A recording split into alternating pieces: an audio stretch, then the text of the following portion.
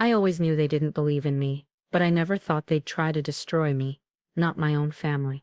Not the people who watched me stay up late, finishing homework by candlelight when the power was out, who knew how hard I fought for everything I had, but it wasn't enough. Not for them. My name is Camille Duarte, and before I became the silent owner of one of London's most promising fintech firms, I was just the forgotten daughter of a flashy real estate family who never saw me as anything but background noise. My father, Luis, ran a lucrative development firm. My mother, Elena, was his smiling socialite partner, and my brother, Raphael, the crown prince, groomed for greatness. Their entire identity was tied up in his success. Mine, well, I was just the tech nerd with her little startup dreams, and no seat at the real table. It didn't matter that I had a master's in computational finance from Oxford. It didn't matter that I coded the algorithm that helped a major bank avoid collapse during a flash crash. To them, I was still the girl who didn't wear heels, who didn't charm investors over cocktails. Raphael, meanwhile, coasted through his MBA with daddy's money and a trail of broken contracts behind him. But the real twist, while they mocked my quiet grind, I was quietly building something they'd never expect: leverage. I worked under a pseudonym, Mila D., at Neurovest Capital, where I created a trading optimization tool so effective it caught the attention of venture firms across Europe. While Raphael posted staged photos in penthouses, I negotiated buyout offers behind closed doors. But I didn't take the buyout, I took the blueprint and built my own. A stealth fintech startup, MarrowEdge, registered in Switzerland, structured through layered trusts. Not even my co-founders knew my real identity. After 3 years of slow, calculated growth and one key acquisition, we took a controlling interest in Lincrest Holdings, the same financial tech firm where Raphael had recently joined as director of expansion. He bragged about his new role at every dinner. "We're pushing innovation now," he'd say, not realizing I was the one funding it. I had positioned myself as an external consultant on the board, attending meetings through video calls, voice disguised, face blurred for privacy, all by design. So when I was formally announced as Lincrest's new chief innovation officer, Raphael's face twisted into a max. "I'll never forget. They hired you?" he said through gritted teeth, at our next family brunch, his fork halfway to his mouth. "I thought this role was meant for someone qualified." My parents chuckled nervously, not realizing the iceberg beneath the surface. That was the first strike. The second came 2 weeks later, when Raphael began whispering to board members about my inexperience and questionable background. Then came the anonymous complaints, misused funds, conflicts of interest, false licensing documents. I said nothing, I just watched, because I needed to see how deep the poison went. They thought I was a silent lamb. What they didn't know was that I had cameras, records, receipts. Every whisper logged. Every forged document preserved. I wasn't here to survive anymore. I was here to expose them, to teach them that you never bite the hand that built the empire, especially when that hand was yours all along. The thing about betrayal is it doesn't scream, it whispers, slowly, repeatedly, until one day you realize the people you thought were holding your hand were really holding a knife. That realization hit me hard one morning, when I opened my secure server and saw the leaked documents Raphael had passed anonymously to Lincrest's compliance team. They weren't just rumors anymore. He had taken the time to forge wire transfers, fake emails, and alter data points to paint me as a risk. He'd even photoshopped a signature from a phantom contract I'd supposedly approved. It was surgical, detailed, obsessive, the kind of work someone puts in when they're not just threatened but enraged that you're winning. I stayed silent, not because I was afraid, but because I was preparing.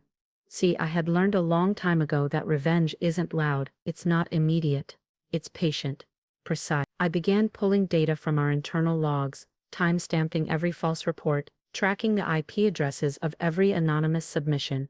What Raphael didn't know was that I'd embedded a forensic tracking layer inside Lincrest's HR system 6 months prior, because I anticipated this. I watched his logins, his keystrokes. I saw every lie take shape in real time, building a case so airtight, I could have handed it straight to a prosecutor.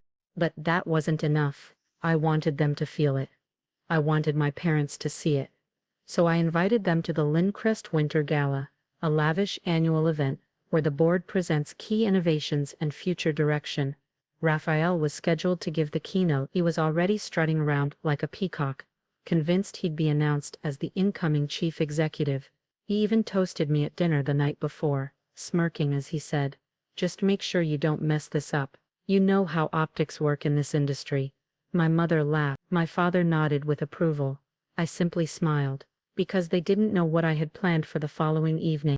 That morning, I emailed the board chair with a full report, attaching every shred of falsified evidence, every file manipulated by Raphael, and every audio snippet of him describing his plan to remove me. My favorite, the one where he bragged, "She's not built for this. Once I'm CEO, she's gone." It was all there, wrapped neatly in a digital folder labeled "Beneath the Crown." The board was stunned. They thought Raphael was a polished, forward-thinking leader. Now they were staring at a man willing to burn down the company for a power trip. As the evening gala began, I stood in the wings, watching the room fill with investors, executives, my beaming family. Raphael stood confidently at the podium, basking in applause. But halfway through his speech, the screen behind him flickered, and a new video began to play. At first he froze, then his voice, his own voice, filled the hall, spilling every lie, every plot, every slanderous word he'd spoken. The room fell into a hush, the kind that pierces deeper than any scream. Cameras flashed, eyes turned, my parents sat stone still. Raphael stammered, sweat now dripping down his neck. The mask was off, and the game had just begun. I walked onto the stage slowly, heels clicking against the marble floor like a countdown. No one clapped, no one moved. Just stunned silence and the aftershock of Raphael's collapse. He stepped back, his face pale, mouth open but wordless. My parents looked at me like I was someone they didn't recognize, which in a way I wasn't. Not anymore. I took the mic gently from its stand. "Thank you, Raphael," I said, steady as stone. "But I'll take it from here." A few gasps echoed. I glanced at the board members in the front row, all of them nodding silently. They'd seen everything, every file, every recording. The truth was no longer hidden in shadows. It was in the spotlight, and Raphael was standing directly beneath it.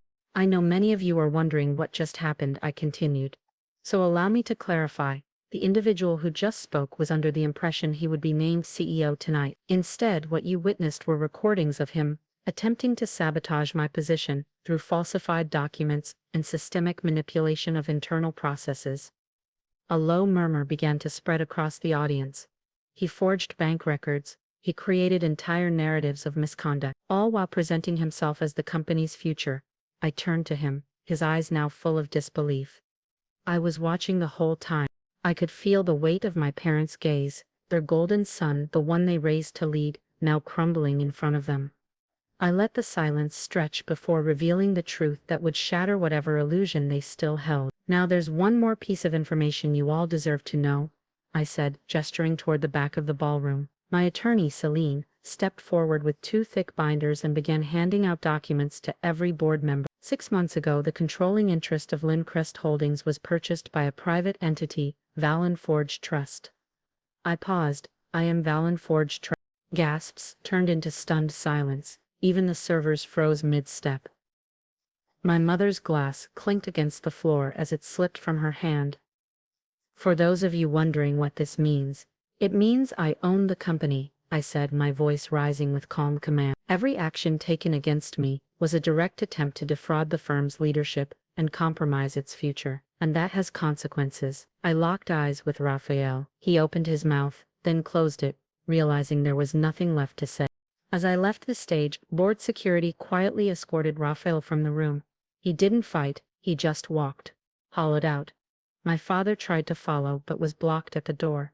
"Sir," the head of security said, "by order of the owner, you are no longer permitted on Lindcrest premises." That's when I saw it. The panic, the disbelief. The moment my father realized the company they once mocked me for working at now belonged to the daughter they never truly saw. My mother sobbed, mascara bleeding into her wine. I walked past them both without a word. They didn't deserve it. The fallout began immediately. Raphael's former employer received a full report of his attempted corporate sabotage. Within days he was blacklisted from every major finance firm across Europe. His LinkedIn profile vanished. Recruiters stopped calling. No one wanted to touch the man who tried to destroy a company and failed. But this wasn't just about him. This was about the girl they raised to leave she'd never be enough. The one they taught to sit quietly, to not overshadow their chosen son. And that girl, she no longer existed. The next morning, I walked into Lincrest's executive floor and found everything peaceful. No tension, no sidelong glances, just the quiet hum of professionals doing their jobs, without fear, without sabotage. It was like the poison had been sucked out of the air. Raphael's name had been scrubbed from internal systems, his access revoked. The office that once bore his initials on the door plaque cleared out. What remained was a fragile calm, but not for me. Inside, something still stirred, not revenge anymore, but reflection. I had won, but I had also lost something along the way, the illusion that family, by default, stands on your side. 3 days later, my parents requested a meeting. They didn't email, they didn't call. They show up in the lobby of Lincrest's headquarters, like strangers begging for an appointment. I watched them through the security feed for 10 minutes before deciding to speak with them. In the private lounge, they sat nervously. So different from the confident figures who once dictated my future like I was just a subplot in Raphael's story. "Camille, sweetheart," my mother began, her voice brittle. We didn't know how far things had gone. I said nothing, just watched her search for sympathy in a room that had none left to give. My father leaned forward, elbows on his knees. "Your brother made mistakes, yes. But surely you're not going to ruin his life over this. You proved your point. You've always been brilliant, Camille. We see that now." I smiled. Cold. Controlled. "You see it now," I said quietly. "Because you have to. Not because you ever chose to." My words hung there, heavier than the silence that followed. "You never asked about my projects, never invested in my vision. You handed him everything and gave me nothing but doubt. That was your choice." My mother's lip quivered. "We didn't mean to." "No," I interrupted. "You just didn't look." They begged for me to reconsider Raphael's punishment. "He's your brother," they said, as if that title erased intent, erased betrayal. But I wasn't interested in their definitions of family anymore. I was interested in truth, in healing, even if that healing meant letting them go. "You didn't come here for forgiveness," I said finally. "You came here for protection, for damage control. But I'm not your safety net anymore." I stood, gathering my things.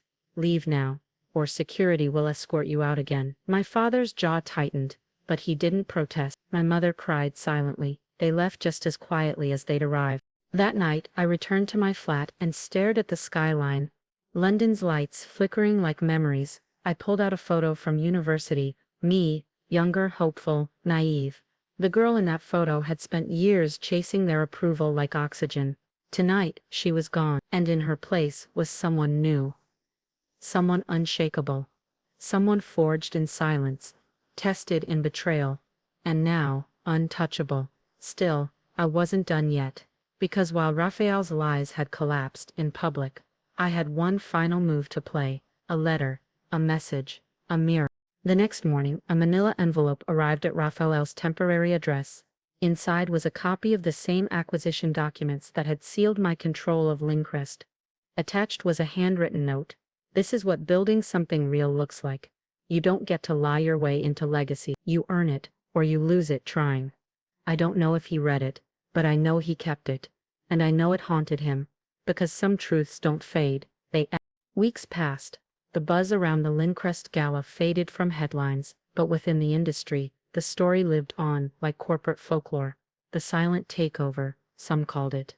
Others whispered about the quiet woman who dismantled a power-hungry heir without raising her voice. But for me, the attention didn't matter. I wasn't chasing headlines, I was building something that would outlast the people who doubted me. Lincrest surged. Investor confidence skyrocketed. Clients who had been hesitant now leaned in, eager to work with a firm led by someone unshaken by sabotage. It was vindication, yes, but it was also just the beginning. One evening, as I prepared for a quarterly strategy call, my assistant buzzed in. "Camille, there's someone here to see you. Says it's personal." My first instinct was caution, but something in her tone told me it wasn't a threat. I stepped into the reception lounge and there he was, Raphael, but not the version I grew up with. No suit, no Rolex, just jeans, a simple button-up, and a folder clutched in both hands like a confession. His eyes, once full of that smug sparkle, now looked tired, human. "I won't stay long," he said quickly, holding the folder out. "This has everything: names, messages, every connection I used to try and ruin you.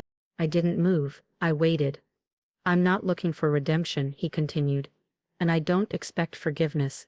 But I need you to know I get it now. You built something real. I built a resume padded with shortcuts. You earned respect. I demanded it, and I ruined everything because I couldn't handle your light. He set the folder on the coffee table and stepped back. I've started over. Entry-level role at a fintech startup. No shortcuts this time. Just code, reports, and long hours, like you did. I stayed silent, letting him speak, letting him own it. Finally, he turned to leave, but I stopped him. Raphael. He turned, eyes wary but open. Send me your resume in a year, I said calmly. Not for a board seat, not for a title. But if you're serious about starting from zero, I'll consider you for something real. The kind of job you'd once laugh at. For the first time in years, I saw something genuine on his face. Not manipulation, not charm, just humility. A single tear escaped, but he nodded, swallowed hard, and walked out without another word. I didn't know if I'd ever see him again, but I knew that moment mattered. For both of us. My parents, meanwhile, remained distant. Occasional texts, an email or two, messages that felt more like press releases than apologies. They tried to name-drop me at social events. I declined every invitation. The woman I had become didn't need their validation anymore. I had spent too many years craving a love that came with conditions. Now I had peace, power, and purpose, and the space I created around me, it wasn't lonely, it was sacred. Built with intention, guarded with clarity. That weekend, I sat in my corner office, the London skyline, stretching wide before me. I thought about the girl I used to be, the one who begged to be seen, the one who fought to be heard at dinner tables where her voice didn't matter. She was gone now, but I honored her every day because she's the reason I survived. She's the reason I rose. And now it was time to close the loop on the story that had started in silence. Because what comes next is legacy. Legacy isn't built in applause, it's built in shadows, in late nights and silent decisions, in patience when every part of you wants to scream. And now, standing at the peak of everything they once said I wasn't capable of, I understood the truth. Real power doesn't chase recognition, it outlasts everything that tried to break it. 6 months had passed since the gala. Lincrest was now one of the fastest-growing fintech firms in Europe. We had launched 2 groundbreaking AI tools, and our global partnerships doubled. But more than numbers, what I had built was culture, one where no voice was underestimated, where strategy trumped ego, and where women didn't have to fight for credibility. It was everything I once needed, and now it was mine to give. I rarely thought of Raphael, but when I did, it wasn't with rage anymore. It was with clarity. His downfall wasn't just a personal failing, it was a mirror, a reflection of what unchecked privilege and false praise can do to a person. The world had handed him everything but taught him nothing. And me? I had to learn it all the hard way. Earn it, build it, defend it. And in doing so I became untouchable. But that didn't mean I was bitter, just selective. Especially when it came to who got a seat at my table. You don't forget who tried to burn your house down when you were building it from bricks they threw. 2 weeks before Christmas, I received a holiday card, no return address, just elegant handwriting on a white envelope. Inside was a note from Raphael. Short. No excuses, no grand gestures, just this: you succeeded not because of us, but despite us. I'm learning to do the same. I hope one day I build something that matters. For the first time, I felt something other than disappointment in his name. I wasn't sure if we'd ever speak again, and that was okay. Some bonds break for good, others rebuild quietly, not with words but with change. Real, consistent change. The media eventually caught on to the full story. A few features, a profile or two. Headlines called me a quiet disruptor. Some even tried to paint me as ruthless. But those who knew the truth knew better. I didn't seek destruction, I responded to it, with facts, with foresight, with fire cloaked in grace. And that distinction mattered. I had learned that being underestimated is a superpower when you learn to wield it in silence. When you stop chasing seats at tables built to ignore you and instead build your own, and own it fully. So if you're listening to this, wondering whether your quiet strength is enough, let me tell you, it is. If you've been overlooked, dismissed, mocked, or doubted, I see you, and you don't need to fight to be seen. Just keep building, keep growing. Let them doubt. Let them whisper. And when the time is right, show them. Show them what silence looks like when it finally speaks. Show them that being underestimated was the biggest mistake they ever made. And if you've ever been the one they forgot to cheer for, be your own victory. Because real revenge, it's not in proving them wrong. It's in proving yourself right so loudly they can't look away.